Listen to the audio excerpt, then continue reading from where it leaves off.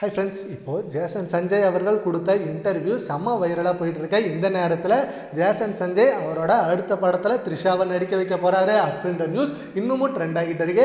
But அவர் கொடுத்த இன்டர்வியூவில் த்ரிஷாவை பற்றி பேசவும் இல்லை அண்ட் அவரோட பர்சனல் வாழ்க்கையை பற்றி எதுவுமே பேசலாம். அப்படி இருக்க மத்தியில் இப்போ த்ரிஷா அவர்களை பற்றி எப்படி நியூஸ் வருது அப்படின்னு சொல்லி இது ரூமராக தான் இருக்கும் அப்படின்னு அந்த நியூஸை நிறைய பேர் ஷேர் பண்ணாமல் இருக்காங்க.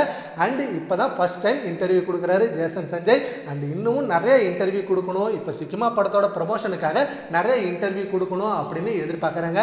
அந்த இன்டர்வியூவில் விஜய் அவர்களை பற்றியும் அண்ட் சங்கீதா விஜய் அவர்களை பற்றியும் சேர்த்து பேசணும். அந்த டிவோர்ஸ் கேஸை பற்றி அவர் என்ன நினைக்கிறாரு, இந்த டிவோர்ஸ் அவர் வேணும்னு நினைக்கிறாரா இல்லை வேணான்னு நினைக்கிறாரா, அண்ட் விஜய் அவர்களை பற்றியும் த்ரிஷா அவர்களை பற்றி ரீசெண்ட் டைமில் நிறைய ரூமர்ஸ் போயிட்டுருக்கு. அதெல்லாம் அவர் எப்படி பார்க்குறாரு, அது அந்த நியூஸ் அவரோட பர்சனல் வாழ்க்கையை ரொம்பவே பாதிக்குதா அப்படின்ற விஷயத்தெல்லாம் கேட்கணும் அப்படின்னு மீடியா பீப்புள்ஸ் ரொம்பவே வெயிட் பண்ணிட்டு இருக்காங்க. ஆனால் அதுக்கெல்லாம் ஜேசன் சஞ்சய் இடம் தர மாட்டுறாரு அப்படின்னு நல்லாவே தெரியுது. ஏன்னா அவர் இன்டர்வியூவை வீடியோவாக கொடுக்காம ஆர்டிக்கலில் ஜஸ்ட் எழுதி தர மாதிரி தான் கொடுத்துருக்காரு.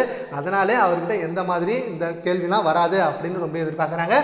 ஜேசன் சஞ்சய் அவரோட முதல் படமான சிக்மா படத்தை வெற்றிகரமாக இயக்கி முடிச்சிருக்காரு.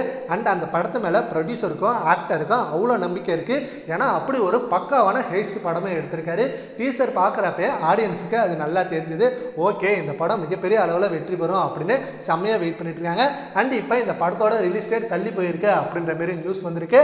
ஆனால் அந்த இன்டர்வியூவில் அவர் ரிலீஸ் டேட்டை பற்றி சொல்லவே இல்லை. ஜூலை 31 அப்படின்னு ஆல்ரெடி சொன்ன விஷயம் இப்போ தள்ளி போயிருக்குமா அப்படின்னு எதிர்பார்க்குறாங்க. சரி, ஓகே ஃப்ரெண்ட்ஸ், ஜேசன் சஞ்சய் கொடுத்த இந்த இன்டர்வியூ பற்றி உங்கள் ஒப்பீனியனை நம்ம கான்வர்ஸில் கவுண்ட் பண்ணுங்கள். Thank you friends.